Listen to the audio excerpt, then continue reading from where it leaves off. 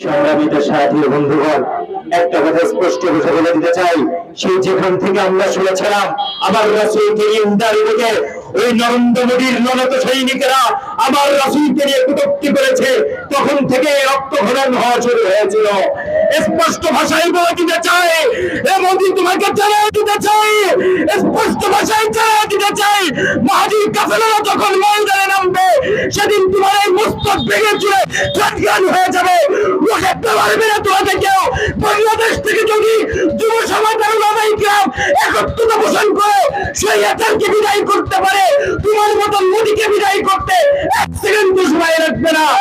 স্পষ্ট ভাষায় বলে দিতে চাই, নবীর দুশমনের কোনো বংশ পরিচয় নাই, নবীর দুশমনের কোনো আত্মীয়তার পরিচয় নাই, নবীর দুশমনের কোনো রাষ্ট্র পরিচয় নাই।